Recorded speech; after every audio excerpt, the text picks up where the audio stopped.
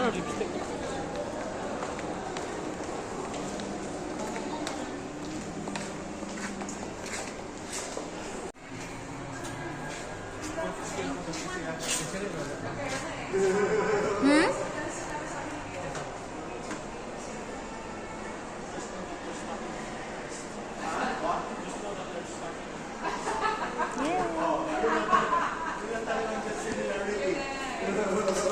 Thank you, Perm.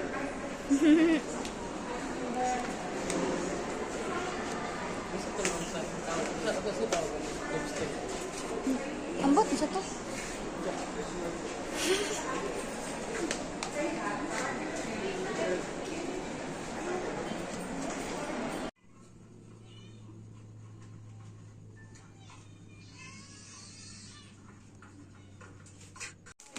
Kabalo si Perm man, di ko ganahan og bouquet kay sayangan ko.